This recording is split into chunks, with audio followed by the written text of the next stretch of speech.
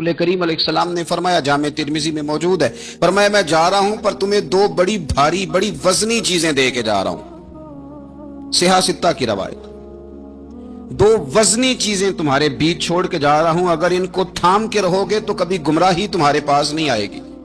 یا رسول اللہ وہ کون کون سی؟ فرمایا ایک اللہ کی کتاب دے کے جا رہا ہوں اور دوسرا اپنا خاندان دے کے جا رہا ہوں۔ اگر اہل بیت نبوت کو تھامے رہو گے، ہمارے بزرگوں نے لکھا ہے کہ یہ جو حضور نے کتاب اللہ اور پھر اپنی اہل بیت کا تذکرہ فرمایا تو اس کا مطلب یہ ہے کہ تھیوری دیکھنی ہوئی تو قرآن دیکھنا، اور پریکٹیکل دیکھنا ہوا تو علی اور فاطمہ کو دیکھنا، حسن اور حسین کو دیکھنا، ان کو دیکھنا۔ نبی کریم علیہ الصلوۃ والسلام کے اہل بیت منارہ نور ہیں، ان کی محبت، ان کا پیار کیوں بھلا؟ اس لیے کہ یہ وہ خوبصورت لوگ ہیں جن کو خود میرے نبی پاک نے تراشا ہے، ان کی سیرت میں جتنے رنگ ہیں وہ رسول کریم نے خود بھرے ہیں، ان کی ایک ایک بات کا خیال نبی پاک نے رکھا ہے، حضور نے از خود انہیں اپنی صحبت عطا کی ہے۔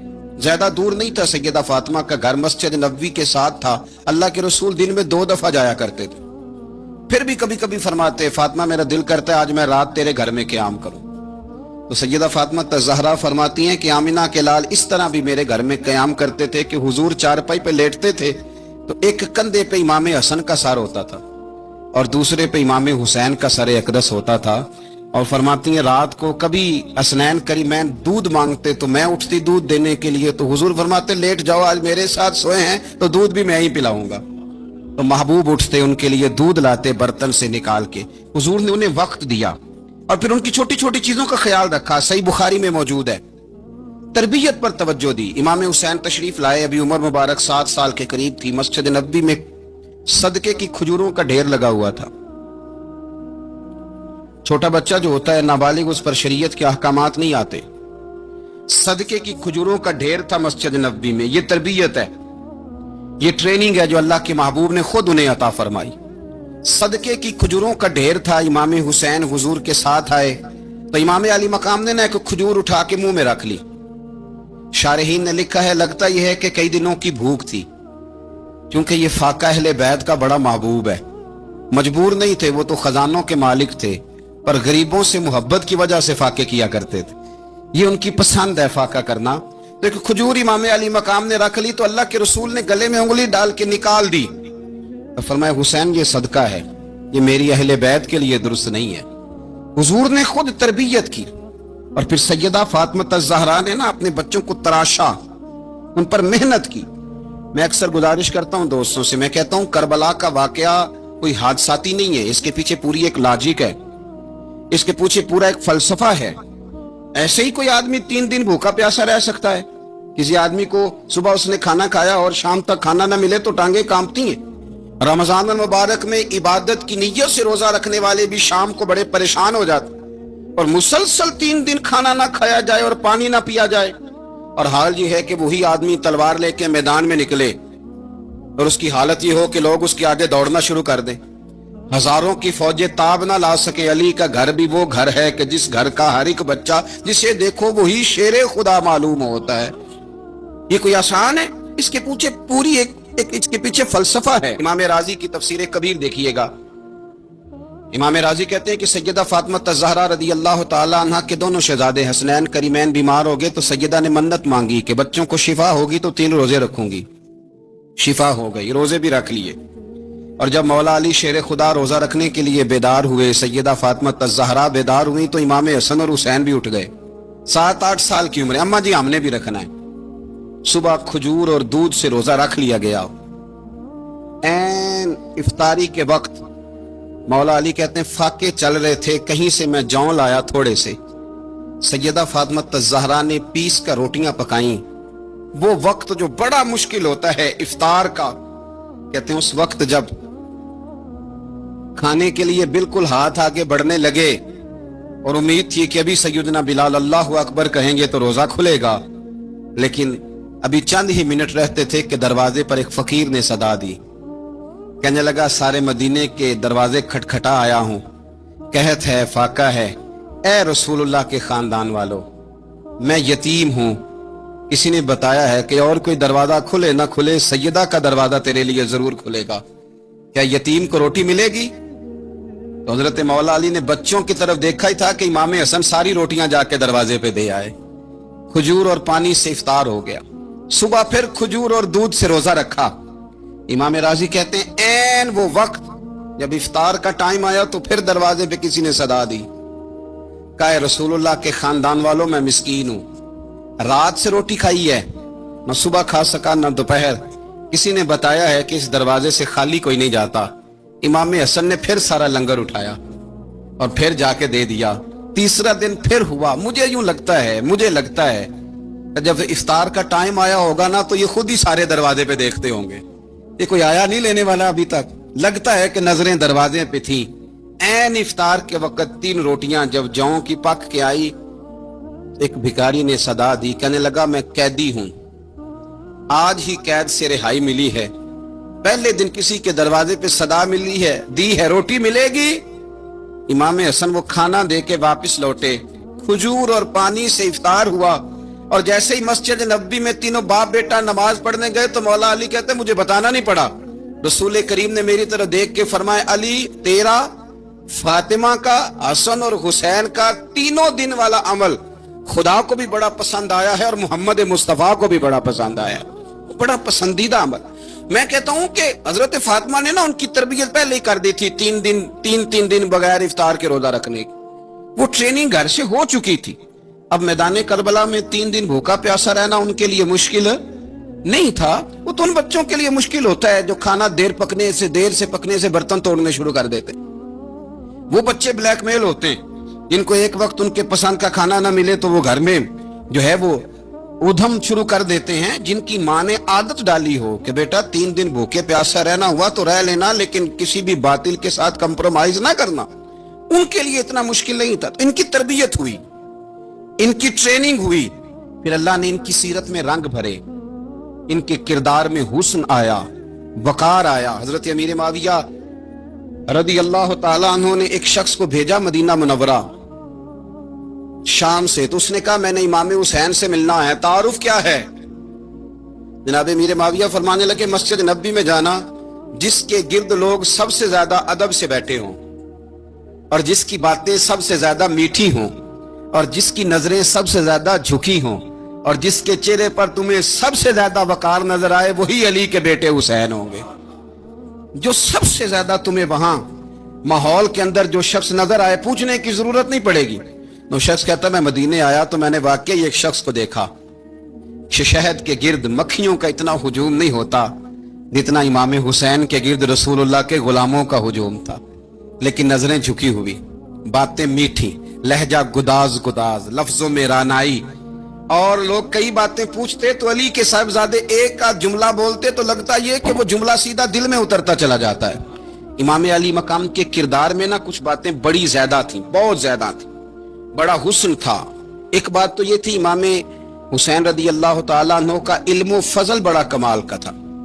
ایک دفعہ صحابہ میں مسئلہ بن گیا کہ بچہ پیدا ہوتا ہے تو اس کا وظیفہ کیسے لگانا ہے۔ امام حسین کا علم و فضل بتا رہا ہوں، علم و فضل، تو بات بڑی پیچیدہ ہو گئی۔ حضرت عبداللہ ابن زبیر کے پاس لوگ آئے، کہنے لگے کہ آپ بڑے صاحب علم و فضل ہیں، آپ نے حضور علیہ الصلوۃ والسلام کے ساتھ وقت گزارا ہے، تو مسئلے کو حل کریں کہ بچہ پیدا ہونے کے بعد حکومت اگر وظیفہ لگائے گی تو کب لگائے گی؟ جب بحث طول پکڑ گئی، مسئلہ حل نہیں ہوتا تھا، تو حضرت عبداللہ ابن زبیر کہنے لگے ہم سے نہیں حل ہوگا، ایک بندہ ہے جس کے سینے میں رسول اللہ صلی اللہ تعالی علیہ وسلم کے نور نبوت کا فیضان ہے، وہ یہ مسئلہ حل کریں گے۔ تو کہا وہ کون سے؟ آپ فرمانے لگے جب ہم سے مسائل حل نہیں ہوتے تو ہم ان کے علم سے فائدہ اٹھاتے ہیں۔ کہا کون ہے؟ کہا جناب امام حسین۔ تو لوگ حضرت امام حسین کے پاس گئے کہ حضرت یہ ایک مسئلہ الجھ گیا ہے کہ بچہ پیدا ہو تو وظیفہ کب لگانا ہے؟ فرمایا الجھنے والی بات ہی کوئی نہیں، پیدا ہونے کے بعد جب وہ پہلی دفعہ آواز نکالے تو اس کا وظیفہ لگا دو۔